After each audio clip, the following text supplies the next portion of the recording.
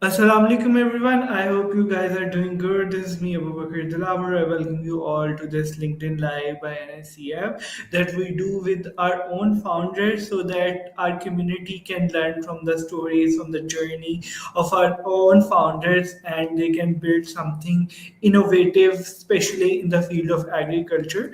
So today we are talking about actually a very, very important and a crucial topic because as Pakistan is going through the climate crisis.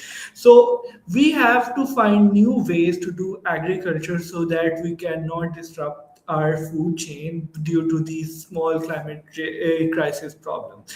So today to discuss about this important topic of regenerative agriculture, we have our very own founder. Please welcome Dr. Khalid. He is the co-founder of SAWIE. How are you, sir? Thank you so much. Assalamu alaikum. Thank you so much for inviting me to this event. Appreciate the efforts done by NIC. I know NIC is a breeding ground, accelerating ground, a grooming ground, whatever you can call. It's in the center of Pakistan's agriculture. So I'm really excited that you have invited me. Thank you. No problem, sir. So let's deep jump dive into that topic real quick. So regenerative agriculture is getting very famous globally, and how it is important for regions like Pakistan to combat with climate crisis. Thank you, Abubakar. Basically, a country like Pakistan, its GDP more than 20% is dependent on agriculture, and in terms of the employment, around 50% or even more than 50%, we are employed in Pakistan in agriculture. And if you look at the women, I would say nearly 80% of the women workforce they are engaged in agriculture. So that's why it's a so Yeah. important sector for Pakistan's economy, and the sector that produces food and also fiber for us as a clothing. And in this case, Pakistan is exporting a lot of textile. I mean, the export of textile sector used to be $22 billion, and there's still a mission to increase it to $40 billion or even more. So, in having in mind that kind of importance of the sector, it's really the agriculture is the key, and for agriculture, the soil is the key. The word region basically it originated from how do you regenerate. What happened is over a period of time, our soil has degraded in Pakistan, and we have Yes. a big issue with how is it soil fertility, and also challenges that we faced with water as well. Sometimes we have drought, sometimes we have got floods as well. So this doesn't allow the soil to regenerate. And as I mentioned, we have got intensive practices such as, uh, I mean, I was talking to somebody last night. In some areas in Okara, we have 300% crop intensity. Uh, um, if I just explain in a layman term, if you grow one crop in a year, it's got 100% crop intensity. If you grow two crops in a year, it's got 200%. If you grow three crops, it's got 300%. So we have 300% crop intensity in Pakistan, so which is affecting our soil. So in this case, soil does not get enough time to regenerate. This regenerate word actually was used in the medicine word. How do you overcome? How do you come back? And in agriculture, the word they used, I mean, this terminology which was used of conservation, where you conserve the soil, where you conserve the moisture, where you conserve the what's called the biodiversity. But all these three things have come together. It has coined the word regenerator, where we reduce the tillage Yeah. and we help to improve the soil health by bringing some crops which are leguminous crops and which are not much more exhaustive. When we say exhaustive, I mean if you grow a cotton or sugarcane crop or maize crop, it take a lot of nutrients out of the soil. If you replace with a some crop in between, like in Pakistan we call jantar or some other green manuring crops or do we just leave them into the soil? So you plow them back in the soil. And also, in terms of rotation, the typical rotation farming system in Pakistan, we have got, if you go in the sort of the eastern part of the country, like Punjab and North Sindh, Central Sindh, we have got typically wheat and rice system. So you grow wheat, like these days we just harvesting wheat, and soon we harvest the wheat, we'll grow rice, and then rice is harvested in November. Then you grow wheat, so it's called wheat rice system. And if you go towards south, places like Laya, towards Dera Ghazi Khan and Multan, Bahawalpur, and also in a place like Sakkar, and also in so these places typically they grow now the wheat, and after wheat they'll grow cotton. So wheat cotton system. So soon you harvest the wheat, you bring cotton. Soon the cotton is harvested, then you bring wheat. So there is no space available to grow any other crop. So in region agriculture practices, you have to have the rotation. So you bring so like if I'm in the rice wheat system, so you maybe one year you grow rice, other year maybe you grow some other crop. Maybe you don't want to serve the rice, maybe in between. So when wheat is harvested now, so you bring another crop. Or maybe after wheat, so after rice, rather than growing wheat, maybe grow crops like oil seeds, sunflower, mustard. Some other crops, so that the wheat, the soil system is restored. Another thing is you help to improve the organic matter of the soil. So that helps to address the bigger challenge that we all call these days climate change. So climate change is basically caused by the greenhouse gases. The main one are CO2, carbon dioxide. Second one is methane. Then we have got nitrous oxide. So these are the three main gases. So how do we reduce their emission? So if you grow crops in this sequence, actually, the crops are by default they are taking CO2 from the air. So why do we encourage people to plant trees? Because they take CO2 from the atmosphere and they bring it to the soil. So that fixes the carbon into the soil. We call it carbon sequestration. So this helps to capture the carbon of the atmosphere. In Pakistan's context, specifically, I think with the floods and droughts, so we need to improve this on a I would say on an emergency basis. And this terminology wasn't used in the public sector in developing countries, but somehow what happened is last I would say last even last decade, you can say it's decade, yeah, story is decade, no longer that. So the big corporates, like so if you are enjoying some cup of coffee, the guys and these big companies, they start thinking about, okay, if our supply chain, because if they're sourcing coffee and the coffee supply is going to be affected, their whole business is going to be affected. So they started working back in the supply chain, and this was the easiest way for them to look at it. I would say it's not still uh, done in a way which I would like to, but it's somehow, I mean, the big corporation, I can say the name, likes of Nestle, Mars Foods, Unilever, and also some brands, the textile brand that we are wearing, they started taking interest into region ag. So all of these one on there, if you look at their websites, so the biggest thing there, everybody's trying to promote his region ag. But when it comes down to Pakistan, how many of us know region ag? How many of our corporate companies in their boardroom they have discussion about region ag? That's where the policy is required. And sorry, I'm taking long, but I think this is where the governments need to take this an emergency. So, there's no soil policy in Pakistan, to be honest. We need to have a soil strategy. So, and now the EU, the European Union, they have adopted last year a program. It's called EU Soil Health Directive, where each country have to give a soil health status every year. And when you give, so today is my glass is full like my here, but then I want to take it going up. So if you're not able to Yes. measure it, then you're not able to monitor it. So we need to start this something from the measurement side. Yes, exactly. This is so true. Basically, as I have been searching about you through while basically planning out this conversation. So I have seen that you often say that sustainability and combating with climate crisis is not voluntarily. It should be basically solved with the policies, and it should be solved within the grassroots level. So what do you think, like how, what policies should government make, and what things we should do at the grassroots level to basically make this the necessary in the business?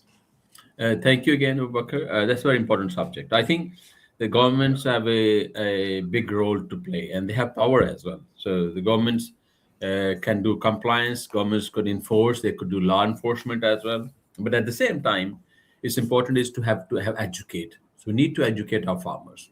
I'm not saying they're not educated, but we need to get them a realization. It's not about getting best yield; it's about having an economic yield. So I just to give you an example of a wheat farmer. So one wheat farmer is getting, I don't know, 55 month. Other one is getting 70 month. But 70 month is taking a lot of chemicals. Is applying a lot of fertilizer. So in this case, I would say here boldly, our fertilizer industry have to come forward. So the corporates, I said these corporates in their boardrooms, when they talk about, okay, this year we want to hit this target in terms of the sales, they should have a target in their boardroom discussions. We need to have X% increase in our soil health in Pakistan. So the big companies in Pakistan, big fertilizer companies, I won't name them because they're all my friends. So, but they have got a responsibility to come forward. Some of the fertilizers that they are selling, I'll say it boldly, so with scientific evidence, fertilizer which is called urea fertilizer. I won't name to the company. The urea emissions are up to 77%. So if farmer is applying a urea bag, he's taking a bag of maybe I don't know 4,000 rupees. The amount which is available to farmer for the crop is less than 23%. So which in terms of rupees, 4,000, and if you just take a quick one, I'm just gonna do a calculation here so that my math is not so good. So 4,000, and if it's just available to them is 23%, 920 rupees fertilizer is available to the farmer, to the crop. Rest of the 3080 rupees just go up in the air. This is a crime. This is a crime. And I've been saying this. I was on the Prime Minister's committee. I said to government, look, you have to bring this law. So you need to bring slow release fertilizers. You cannot simply just say, oh, we give a subsidy on urea fertilizer, because you when you throwing urea, it's because plant become lazy. If you give them, it's like I would say a child who's struggling in class, and you're giving them food to play with it, so they won't take any interest in studies. So that's the same thing is with the plant. If you give them that kind of free urea, okay, here you grow, it doesn't struggle to go its root system down. It doesn't bring that carbon sequestration better. It doesn't bring sort of the other attributes. It attracts more pests and diseases. So urea is causing two problems. It's polluting the environment. Secondly, it's making the plant to be much more attractive to the pests and diseases. So more insects would come and eat it. In this case, I'm not completely against urea, but we need urea in a dose, in a split dose, and we need to get the farmers know these are the emissions. Do you know? I mean, how much emission is we are? Pakistan's. If you look at the total inventory, Pakistan's emission from agriculture is nearly 45%, or I think it's around 50. So 40 to 50%. So in this case, there is a big role that policy incentives have to work. Policy have to work from the provincial government. I think we've been talking together. We've been to the federal government. No, no, this is the provincial matter, agriculture. And provinces says federal government. So provinces and governments should come together and make those kind of incentives. Okay, a farmer, I'll give you subsidy on this thing, but if you do something on the soil. So unfortunately, in Pakistan, there's no concept of soil testing done. So okay, it's like if you are not feeling well, you go to the doctor. Doctor give you a bunch of medicine without testing. You will be not happy because the root cause is not understood. The same problem is with the soil. So you're applying nutrients, applying fertilizers, pesticides, all these things without knowing what's happening in the soil. And that's why it's important we should have that soil testing done. And government is trying to get these done by the public labs. Public labs is I have a lot of respect for them, but they are quite busy, but maybe let's bring the private sector. So give some incentive to the private sector. Companies like, I don't know, I will say it's like SAWIE, but others should be given a chance to work with the farmers. And we worked with Faisalabad University. We were trying to, and again, some fertilizer company, they have got soil testing labs, but we should make it more easy accessible. And I think this is where some kind of also the other players could play a role as well, not only the government, the banks. So when banks are financing a project, they should look at it. Okay, I give you example in Turkey, when you get a finance for agriculture, they'll ask you to bring your soil health report. And once your term is over, if like 3 years, 5 years loan that you have got, they'll ask you to bring a soil test health report again.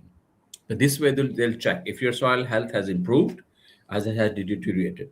If it had improved, they will incentivize next time when they give you credit, they'll give you a preferential rate.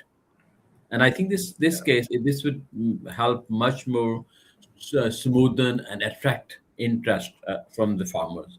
So the farmers, as I said, government has a big role to play. The financial institutions, the big supply chains. So, and we need to educate them.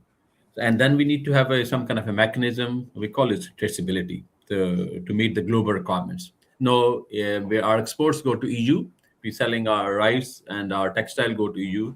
EU has now pushed forward some of the regulation that would require reporting on carbon, reporting on we call corporate social governance, CS triple D, due diligence, and EGDR is around deforestation, SBTI. These are the targets around cutting down emissions, and so on and so on. And also again, I mean, there were some other initiative that they have just put on hold, but the whole interest is the traceability would be able to where it's my cotton is, where it's my the shirt which I'm wearing, where it's coming from.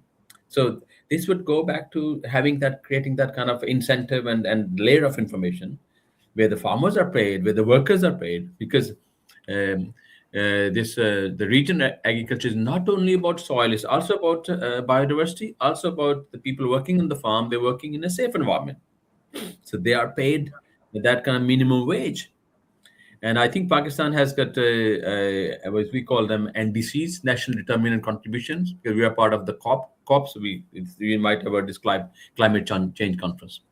The last one was COP 31 in Belgium, sorry, in Brazil, and this year is in Turkey, I think. Yes, yeah. So we Yeah. report every 5 years our NDCs. Pakistan has submitted NDCs last year. This we're going to cut down emissions, and one of the I'll just mention here, taking the example, sort of beauty of your floor. Crops like, I don't know if you know that crop like rice, they have got emission as well. Do you know that?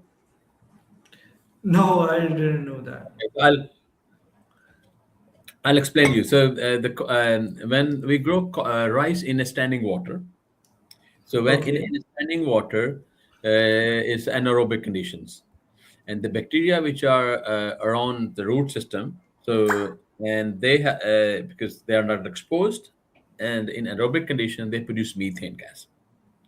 So the paddy in growing field, the growing field which are no, the field which are full of water, they produce methane. And methane, I mentioned to you, is one of the greenhouse gas emissions, greenhouse gases, and which is much more. I would say its impact is more worse than CO2. So even sometimes it's up like 300% is much more potent. We use the word potent compared to CO2. So and this is where incentives are some of the technologies been worked, how we can reduce methane emissions. So you do not need water all the time in the rice. And for that purpose, International Rice Research Institute, IRI, is based in Philippines. They developed this mechanism many, many years ago, and we call this alternate wet and drying. And this is a mechanism where you use some kind of a tube. Well, I have slide decks. I mean, if you require, I can show you some slides as well to show those technologies. And this is where we can make what's called some of these interventions, where farmer is partly drying its field, partly it's letting it for some kind of a aeration, so there we can get the soil regenerating back. And in this case, when you reduce this aeration, and farmer is going to get some incentive as well. So we have in Pakistan, SAWIE actually has introduced in Pakistan methane credits. So for that purpose, we just launched our methane credit back in March. Actually, we did an event here in NIC, and where the farmer which is using this kind of a tube, it's a simple tube. It's like a it has tube has got some pores in it. We just put this into the soil, and we let the farmer, when they need to irrigate next time in the paddy, they go and look in the tube. If it's still wet inside the tube, do not irrigate. When it's dry, then irrigate. So this is called alternate wet and drying. So you are not continuously leaving the field flooded. You only irrigate after a period of time, and this will generate a carbon credit. So nearly point like 0.98, so like one carbon credit will be generated if we applying AWT tube. And in this year, I think Savi, we are trying to get to like as much and as many as possible farmer this year. Idea is to have 50,000 acres this year in Punjab only. We have similar discussions in Sindh, and this is where we like to work with the governments. So how we can promote that kind of technology, because that would benefit everybody. And then on the next level, when the farmer has got their paddy crop harvested, then you might have seen there's a big issue with smoke in Pakistan. The farmer is just simply burning it. So when it's burning, because they need to clear this field for the next crop, the next wheat crop. For that purpose, there's another carbon credit we can generate if they bring back that crop residues into the soil. Because crop residue is the one which is organic matter. This will help to improve the soil health in the long run. But farmers do Yeah. not take these big tractors that can take those heavy machineries. I've seen now Punjab government again. I appreciate Punjab government. They have introduced some subsidy program. Maybe they should give it for free rather than saying, okay, farmer have to invest 50%. So those big machines that they can use to, we call it a happy seeder or our direct seeding drill. So these are the machines which are used. Yeah. Thank you. Yeah, that's very true actually, because this is a mission that we should all solve like as a group, not like it's not a problem that could be solved by an individual, but it's a problem that government has to solve, private companies has to solve, incubators like NIC has to solve, and companies like you, startups like you can also can play their important role in basically combating the climate crisis here in Pakistan. So, Dr. Khalid, I was seeing like you are using AI and ML for real-time farm advisory. So, can you tell me how does it affected the decision making of farmers, or have you seen any better results with this? Thank you. So, Abu Bakr, AI is as good as we are willing to listen to it as well. So, Yeah. it's good or bad. But at the same time, the beauty is some of the things is that as a human eye we overlook because of some other priorities as well. So, this smartphone is a good example that can give you something to keep an eye. So, what we do is again. Working with the farmers, we have Savi has developed an app. It's called Savi app. You can just find on the Google app store. So a farmer download the app, and then they become part of the system. So then we ask them, okay, where is your field that you're growing crops? So put a boundary of your crop or your fields or your farm onto the app. Your farm is actually built into the Savi app. And once we have got this its farm boundaries in there, and let's suppose if his crop is nowadays wheat, we'll issue them alert. Look, wheat is ready now because at this stage it's now ready for harvest. But we can give them a early warning that next week there's rain coming in. You could do these things. And once you finish with the wheat harvest, the next crop that you're planning to grow, look at these practices. So we provide them farm advisory services, the practices. And there we use AI, we use satellites, where we collect the data. First of all, I said in the beginning, we need to measure it. That measurement is done through collecting this information. Either people on ground, so they can use a camera, take a picture, send it us to, and we can look at it because again we're using AI there to look at the patterns. Soil health is a big issue at the moment to test. We are trying to develop a mechanism where we can test some of the soil on ground. We're using some IoT, some sensors. Again, with Faisalabad University, we have got really good relationships. We're developing some interesting ideas. We call in-field testing. So, of course, this cannot replace the proper wet chemistry method, which is in the lab. So we do it in I would say some element is done in the field, but then we develop an algorithm.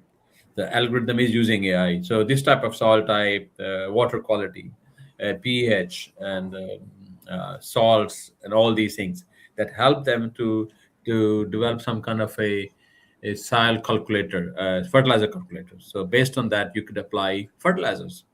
You need to apply fertilizer. You need to apply inputs, and you if there's any issue, like nowadays there is going to be a season of cotton sowing.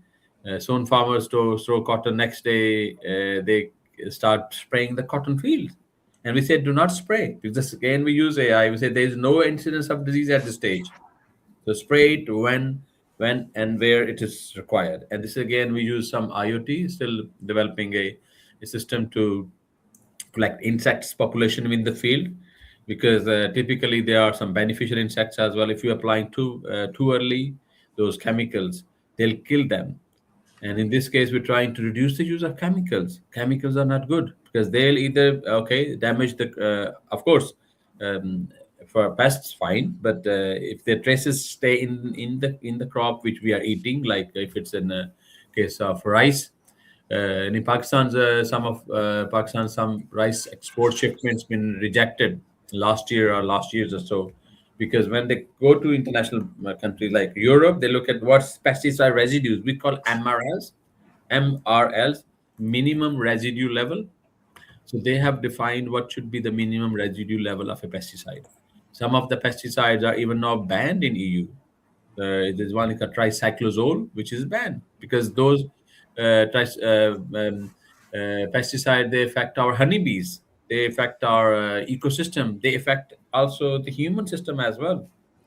I have been looking at recent issues around diabetes and mental health, because we have some kind of traces of those um, uh, chemicals in the food chain. And I think in Pakistan nobody care it, because they only look at Yes. export. So I mean, I am always saying, look, you are trying to build more hospitals in the country. Have you ever looked at how we can keep our people much more healthy? So the food can help you become healthy. In fact, I always give example of this. I was many years ago, maybe I think 10 years ago, back in 2010 or 11. I was in a conference in Oxford. There's an annual conference in January, we call Oxford Farming Conference. There was a talk. The name was, "Will farmers be the pharmacists of the future? Will they grow a crop that will make you healthy?" Because the trace elements, iron, zinc, iodine, and of course the protein coming from food, agriculture. Yeah. So if you make that food much more healthy, palatable, then this is help to resolve the issue of putting more people into hospitals, because we'll give more money to the doctor and then giving more money to the farmer. So this could be good incentive. So if I grow potatoes, which are in region practice, and I'm willing to pay as a customer maybe 10 rupees more, 5 rupees more per month, 1 rupee or 50p per kilogram. This incentive go back to the farmer, and then farmer will rework. And I was actually talking to somebody um, in Malaysia, but also in Singapore. Now the restaurants, they have put in their menus. So when you are buying a food, they try to get source food which is local. So local meat, local eggs, local fruits and vegetables. On the menu, they have said, okay, this is the price, $15, but plus $2 would be for giving back to the farmer. So this Okay. is some kind of incentive. This is where Yeah. we don't have to wait for international companies to come and guide us. Let's create that kind of incentive between us, so that if a farmer is happy, a farmer, and then they are willing to do good care of your soil. And I'll mention here, the farmer is not doing things only for them; they are doing for society. So if farmer soil health is better, it creates first of all the good quality food. Secondly, it creates because you're not using a lot of chemical pesticides. It helps to build the ecosystem. We have biodiversity, those species that are part of the system. because this naturally world is relying on each other, the biodiversity. And the third thing is it helped to clean the water quality. So the water which is coming from the, maybe it's easy to understand when the water is coming from the rivers from the north.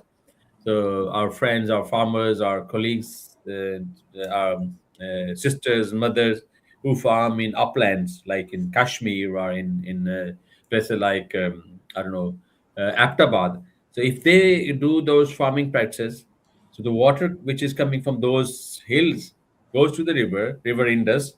We drink that water. It's coming to our through tributary to our farms. So that water quality, if they do something bad, it's going to affect us.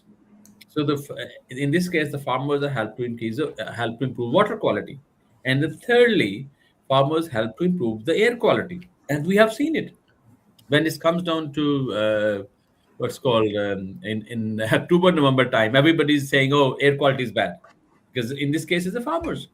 The farmers are responsible to improve our air quality.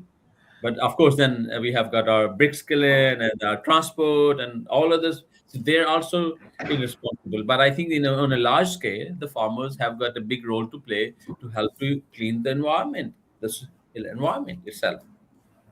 Yes, Yeah. please. True, true. That's very true. From this, basically, the way you said that farmers should get incentive, I think it's one of the very important thing, because like everybody something to make money, of course, right? So my next question is for this very important topic is, how do you ensure that farmer do regenerative practices while doing farming or while growing crops, but they also make money out of it. Okay. Thank you, Bakar. I always say, look, because uh, it's a human nature. Business as usual. Yeah. We are doing these things for ages, and we've been used to now use chemicals, and pesticide companies come to our doorstep and they try to pursue, sell, buy this, try this. So all these things we have got used to it.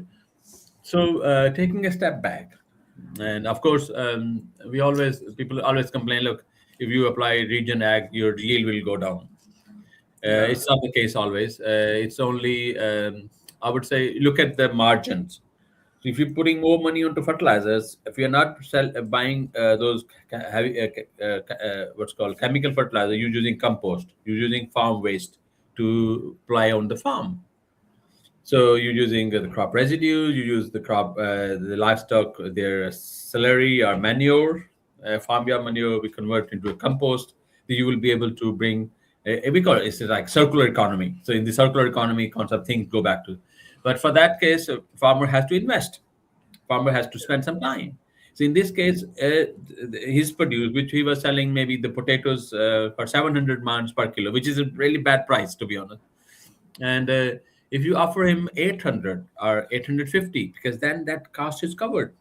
Or either you help them to buy those machines, either you help them in the price as well. And I know sometimes prices are say, looking at in agriculture we call it a commodities. So you can import, and I think my friends here in textile sector, which is I'm quite annoyed with them because they always say, "Oh, we can import cotton from outside. Why do we have to need to work with Pakistani cotton farmers?" No, no, guys, you have to work with them because this is the way. This is a community you want to get them more successful. You will be surprised to hear, Abu Bakr, Pakistan used to grow 15 million bales of cotton. And now our production last year was recorded around 5 million bales. So we have just slashed. And our friends who are just half a mile from you, all these guys sitting here in Faisalabad, they say, no, no, we'll buy from outside. This is wrong. I would like to encourage them, please look at the farmers. Don't be greedy on your profits. Look at the farmers that you work with them, help them to improve the quality of the cotton. You have those stories with it. As a smallholder farmers, cotton can help to sequester carbon. Cotton can help to reduce the issues around water use.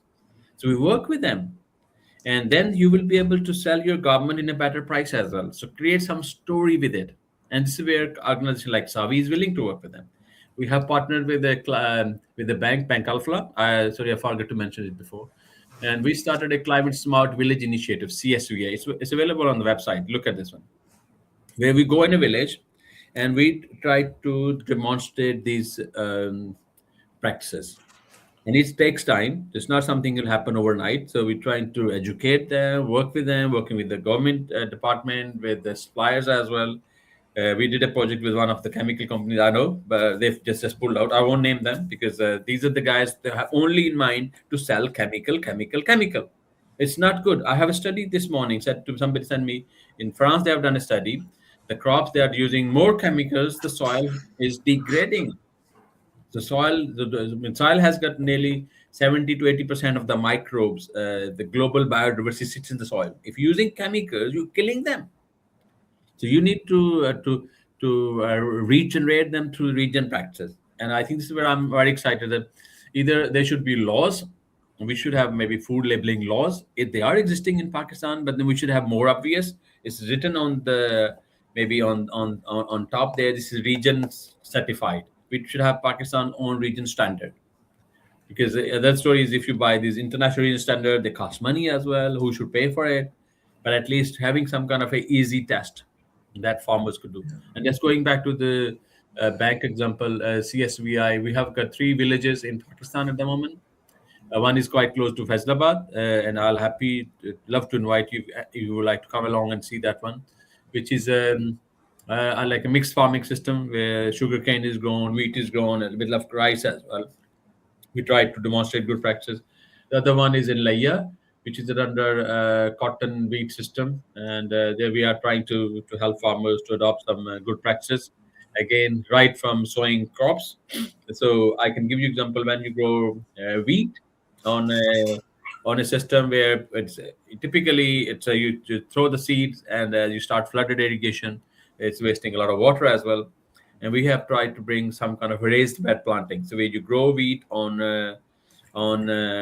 beds, and the beds will hold more moisture, but also nutrient uptakes get better as well. The root system grows better, and you reduce the water wastage up to 40 to 50% in some cases.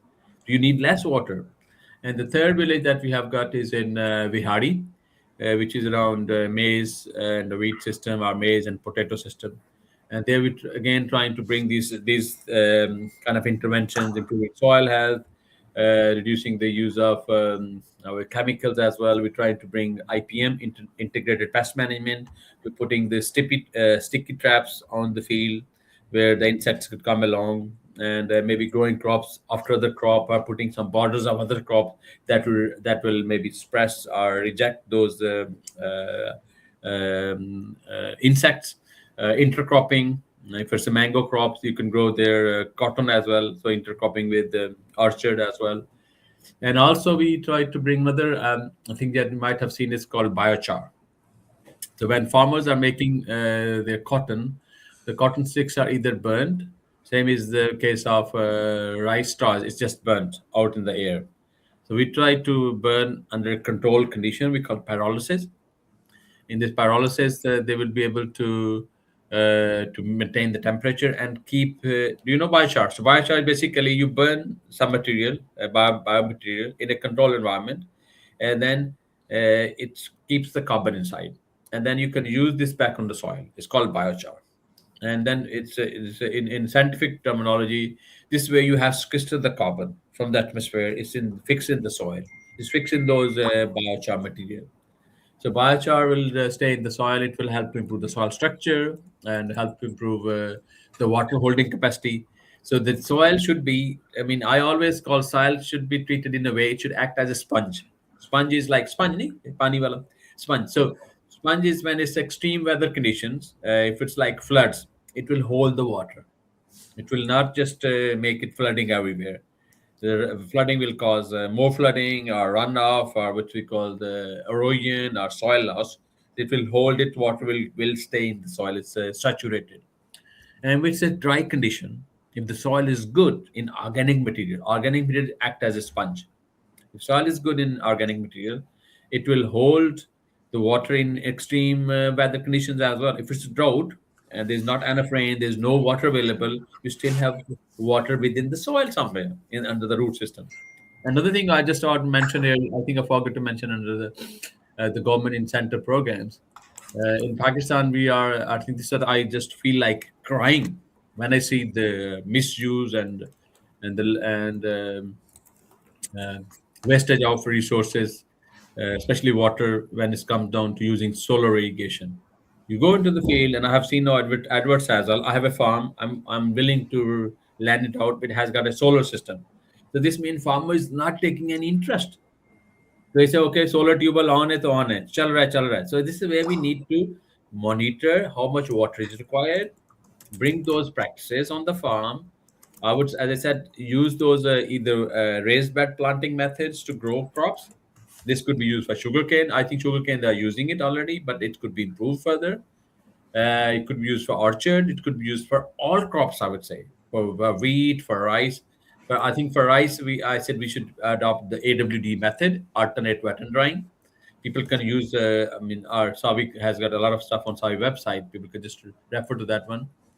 And the third thing is just we need to encourage farmers. Maybe our Qari Hazrat, our Maulvi Hazrat, when they do preaches in the masjid, they should say, guys, don't waste water, because water is a limited resource. The more water we are pumping out, we're going to make it more worse. And you have seen in Faisalabad, you cannot drink the tap water because it has got Yes. so. This again, I go back to my textile friends. Look, guys, have you done anything on it? Yeah, this is got your responsibility. If you're making me, I was actually I was giving a talk at National Textile University. I think it was last year. There was a lot of mourning. Yeah, we got a lot of now regulatory compliance coming from EU. They want these thing, and our export will be affected. Blah blah blah. I said no, guys, this is a good thing. That's a blessing in disguise, because if EU is pushing something, where they are protecting their customers or their people, their communities, it's for us. Because if I'm an exporter of that garment towels, okay, maybe I'm earning those dollars, but I'm affecting down the stream. The water coming on my factory is affecting the communities. People health is affected. They're getting cancer. So this is why Yes. we need to bring this in transparency. Transparency, I always say we have to bring this kind of honesty in our supply chains. The business should be ethical. That's why Savi is trying to sort of bring this concept we call true cotton, with traceable, regenerative, and ethical cotton, where farmers are paid, where the supply chains are getting the share. But of course, there's a business there as well. So we do not want to sort of money. Business should make money. Yeah. Thank you. Yeah, exactly. Thank you so much, Dr. Khalid, for coming to this LinkedIn Live today. I personally learned a lot of things from this live today about regenerative agriculture and about how we can combat climate crisis and what are actually the real problems here. So, I wanted to tell our listeners that if they have any questions, they can type in the comment section, and they can basically Dr. Khalid will answer those questions. So my last question will be from you, Dr. Khalid, that SAWI is also an NICF startup. So I wanted to ask you how this experience has changed your founder journey and how it affected SAWI. Thank you so much, Abubakar. I would say NIC was a launching pad for Savi. I mean, with my academic background, I always like to associate with myself with some kind of research base and an organization which is full of energy, I would say, passionate as well about entrepreneurship and about the whole what's called the concept of creating a business and creating a value. So in this case, I would say our journey, our experience with working with NIC was brilliant, and the mentorship program, we had a chance to interact with experts from the sector, access networks. We met investors as well, and gone through sort of early stage validation as well. Incubation also helped us to make our business model, which still I'm always looking at it, how to make a sustainability, a sustainable agriculture as a business model. And I think this is where we need the support from the governments. We need our industrialists to come forward. I appreciate. I mean, I'm not saying they are doing bad, but I think they have got just they have to just maybe think a little bit for the longer term. So how they can secure their supply chain. As I said, Pakistan used to be 15 million bales, now 5 million bales. And if anything, with this global crisis, if your supply chains are disrupted, like we had back in 2020, COVID. We cannot get cotton from outside. So how do we rely on it?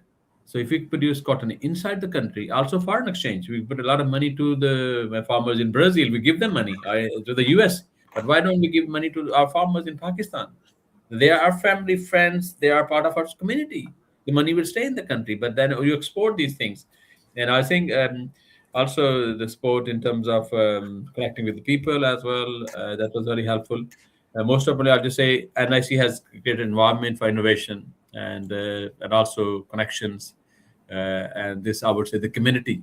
So that keep us, I would say, growing and going to the next level. And I'm again as a NIC graduate, I would like to support the upcoming enterprises, the youngsters, the youth. I have a lot of respect on them. I think in the farming communities, women and the youth have got a huge role to play. They don't have to wait for the governments. They have everybody get a phone, so use those learning apps. Savi has got a lot of data there. In Urdu, we organize Savi Batik, where you can learn things. They are on topic wise as well, where we talk to the experts. This is a good way to learn things. Again, as a Muslim, we have got to believe हदीस भी है ना इल्म हासिल करो चाहे तुम्हें चीन क्यों ना जाना पड़े. So that's where I think we need to sort of create that kind of environment of learning, working together, supporting each other. Thank you so much, sir. Thank you so much. So we have few questions in the comment section. Our first question is: can farmers be paid for the carbon they sequester in their soil, turning the farm into a carbon sink? What's your thoughts? Thank you, Abakar. Yeah, this is exactly this is where the new potential has evolved, carbon markets, and farmers, if they do those good practices on the field, they should be incentivized. I didn't go in details. We call scope 3 emissions in the supply chain, so where if it's a brand who's selling shirts, so they have emissions, they have to offset their emission. Either they were doing in Amazon has got a limit, so now they can offset that emissions on the supply chain back to the farmer, to the cotton farmers. So cotton get price, for cotton get farmers get price like maybe 9,000 rupees for the cotton and 500 for the carbon. So 9,500. So, and this program we have already introduced in Pakistan. One is for rice for the AWD tubes. The farmers will get carbon credits if they apply AWD tubes.